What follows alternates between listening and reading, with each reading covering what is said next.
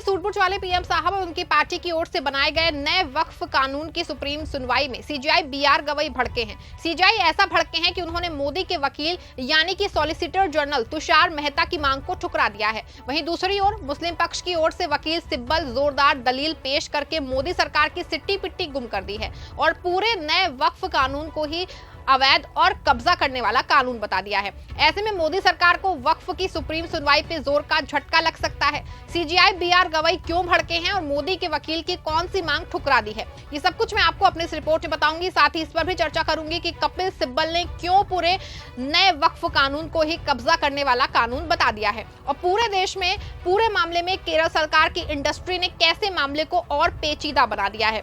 नमस्कार, आप देखना शुरू कर चुके हैं 4 PM न्यूज नेटवर्क। दोस्तों, मोदी सरकार की ओर से बनाए गए वक्फ कानून पे जहां मुस्लिम पक्ष ने सुप्रीम कोर्ट में चुनौती दी है, दूसरी ओर मोदी सरकार भी हलफनामा दायर करके नए वक्फ कानून पे रोक को हटाने की मांग कर रही है। आपको बता दें कि जब मोदी सरकार ने नया वक्फ कानून बना दिया था तो लागू होने से ठीक पहले ही मुस्लिम पक्ष और विपक्ष की कई पार्टियां सुप्रीम कोर्ट पहुंची थी, जहां पहले ही दिन सुनवाई करते हुए पूर्व सीजेआई संजीव खन्ना ने नए वक्फ कानून के 3 अहम बिंदुओं पे रोक लगा दी थी। इसमें वक्फ बाय यूजर, दूसरा मामला वक्फ के ढांचे और तीसरा मामला वक्फ की जमीन में कलेक्टर की एंट्री को था। आपको बता दें कि इस रोक के बाद मोदी सरकार हिल गई थी और सरकार ने आनंद फानंद में अपना जवाब दाखिल कर सभी याचिकाओं को रद्द करने की बात कही थी। लेकिन अभी तक इस मामले पे सुनवाई नहीं हो सकी थी क्योंकि बीच में संजीव खन्ना रिटायर हो गए और अब पिछली 15 मई को नए सीजेआई बीआर गवई ने मामले की पड़ताल की तो सरकार की ओर से वकील इस पे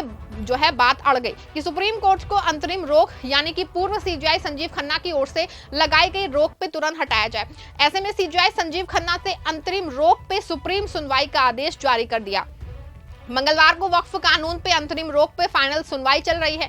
आपको बता दें कि जैसे कि आज सुनवाई शुरू हुई है, मोदी के वकील यानी कि सॉलिसिटर जनरल तुषार मेहता सुनवाई को बहुत लंबा ना खींचने बल्कि उसको सीमित किए जाने की मांग करने लगे।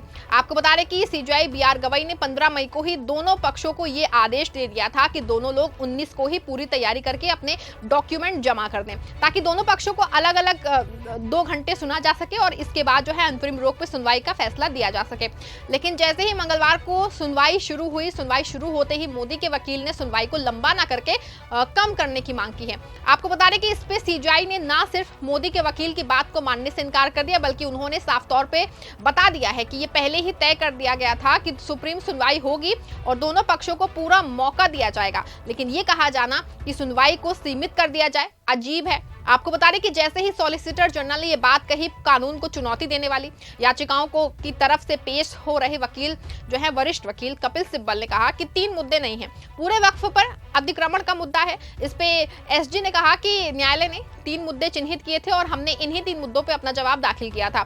सॉलिसिटर जनरल मेहता ने यह भी कहा कि याचिकाकर्ताओं के लिखित बयान अब कई अन्य मुद्दों से आगे निकल गए हैं। मेरा अनुरोध है कि जिन मुद्दों पे मैंने जवाब दाखिल किया है केवल उन्हीं 3 मुद्दों तक ही विषय को सीमित रखा जाए।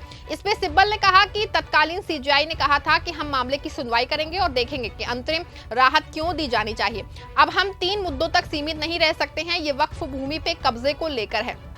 वही वरिष्ठ वकील और कांग्रेस के नेता अभिषेक मनु सिंघवी ने कहा कि कोई भी सुनवाई टुकड़ों में नहीं हो सकती है। आपको बता दें कि सुनवाई के दौरान कपिल सिब्बल ने कहा कि हमारे संविधान के तहत राज्य धार्मिक संस्थाओं को वित्त पोषित नहीं कर सकता है, राज्य मस्जिद के रखरखाव के लिए धन नहीं दे सकता है, कब्रिस्तान निजी संपत्ति से बनाया जाना चाहिए। इसकी ओर इसीलिए लोग अक्सर जीवन के अंत में अपनी संपत्ति वक्फ के लिए समर्पित कर देते हैं।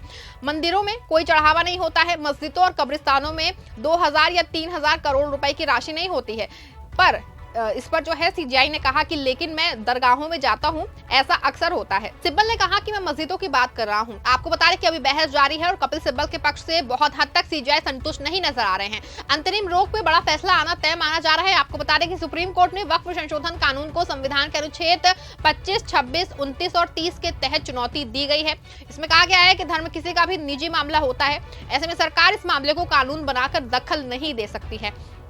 देश के जो हैं वो कई गैर सरकारी संगठनों, मस्जिद संगठनों और विपक्षी कांग्रेस समेत कई लोगों ने इस कानून के खिलाफ सुप्रीम कोर्ट में याचिका दे रखी थी। इस पे सुप्रीम कोर्ट ने कहा था कि वो चुनिंदा याचिकाओं पे ही सुनवाई करेगा। पिछली सुनवाई में जो है ये बातें उठ चुकी हैं।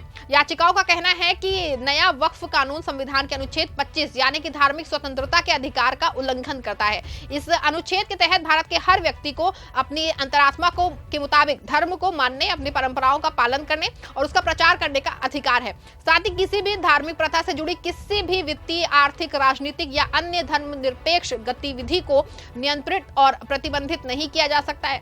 याचिकाकर्ताओं के अनुसार जो है नया वक्फ कानून जो है अनुच्छेद 26 का भी उल्लंघन करता है। यह अनुच्छेद धार्मिक समुदाय को अपने धार्मिक संगठनों के रखरखाव का अधिकार देता है, मगर अब नए वक्फ कानून से धार्मिक संस्थाओं के प्रबंधन का अधिकार छिन जाएगा। इसी तरह अल्पसंख्यकों के अधिकारों को छीनना अनुच्छेद 29 और 30 का उल्लंघन माना जाता है। इस अनुच्छेदों का उद्देश्य अल्पसंख्यक वर्गों के हितों की रक्षा करना है, उनकी सांस्कृतिक जो है भाषा और शिक्षा को बढ़ावा देना है। आपको बता दें कि अभी तक सिर्फ 3 राज्य कानून के विरोध में उतरे हैं, लेकिन अब केरल भी इस मामले में नए वक्फ कानून के विरोध में उतरा है।